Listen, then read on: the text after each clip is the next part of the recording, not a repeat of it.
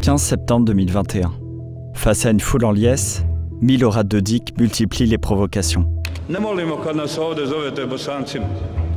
Mi nismo Bosanci. Mi smo Srbi. Ja sam Srbin. Ja sam Srbin, pravoslavac, govorim srpski, pišem ćirilicu. Moja kršna slava je Đurđevdan. I ništa me ne identifikuje po ničemu.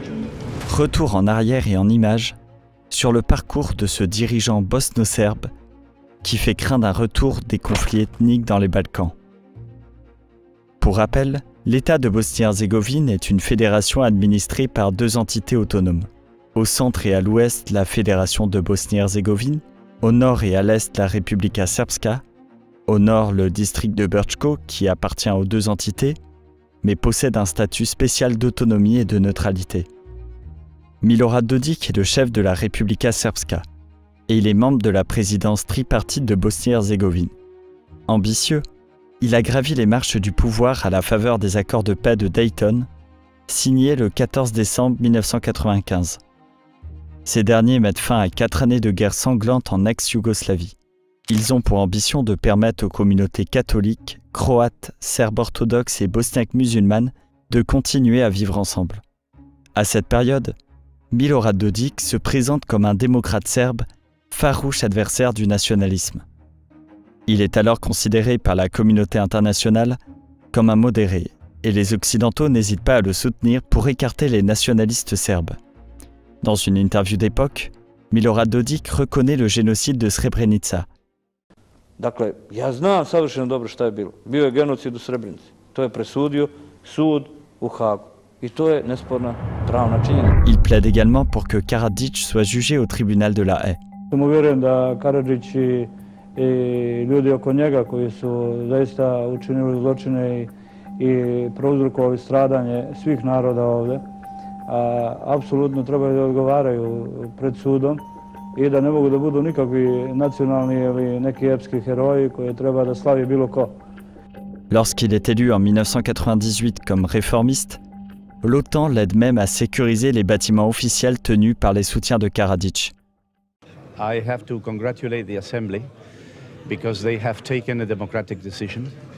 They have appointed a government with a majority, and this government in the program has promised to solve the problems of Republika Srpska, and this is very important and very urgent. Madeleine Albright, 64e secrétaire d'État des États-Unis, le décrit comme une bouffée d'air frais et lui promet 5 millions de dollars aux Serbes de Bosnie. The Secretary met this morning with Prime Minister Dodik of the Republika Srpska, as well as Bosnian Ambassador to the United States, Sven Alkali. They had a very good business-like discussion. Secretary Albright felt like a breath of fresh air had blown through the room with regard to Bosnia. Les pays occidentaux contribuent aussi à son ascension politique en lui versant des aides économiques substantielles. Mais en 2001, la situation se grippe. Après avoir perdu une élection présidentielle en Republika Srpska, Dodik opère un virage ultranationaliste pour conserver le pouvoir. Il revient sur le génocide de Srebrenica qu'il ne reconnaît plus. En 2016, il continue les provocations, en organisant un référendum afin que le 9 janvier soit célébré comme le jour de la fête nationale de la Republika Srpska. Pozdravimo predsjednika Republike Srpske, Milorada Dodika.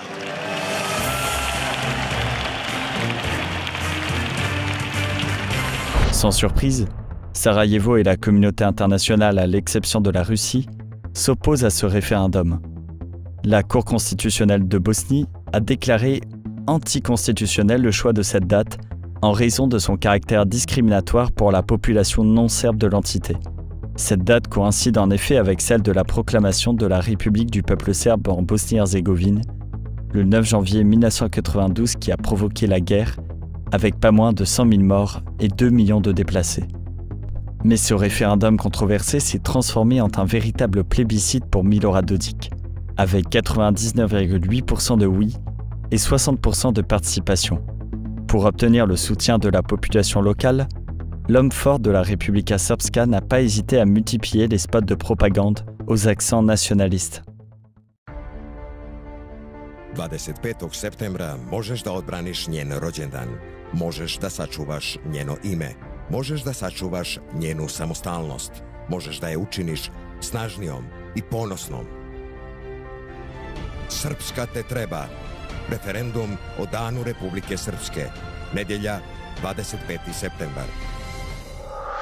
Selon un communiqué du département du Trésor américain, aujourd'hui, Milorad Dodik maîtriserait l'essentiel des médias, télévision publique, privée, presse écrite, et cultive son image de petit père du peuple.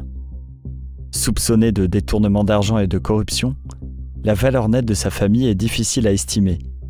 Mais en 2019, Milorad Dodik a déclaré un revenu annuel et des actifs d'une valeur de plus de 1,2 million d'euros, soit 1,36 million de dollars, y compris une villa de 800 000 euros dans la capitale serbe.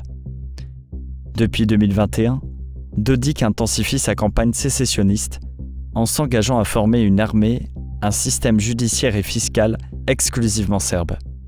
Le haut représentant de l'Union européenne, Josep Borrell, estime que la situation est plus préoccupante que jamais.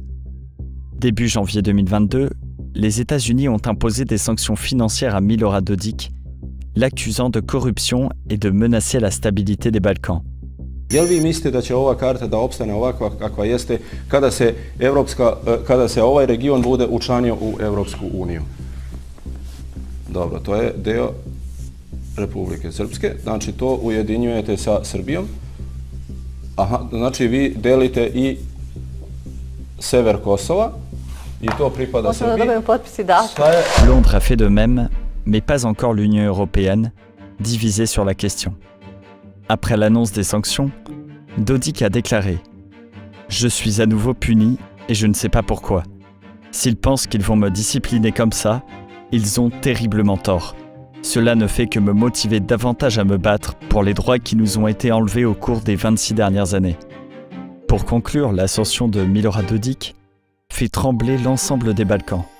Ses positions ambiguës vis-à-vis de la Russie et de la guerre en Ukraine alimentent toutes les craintes.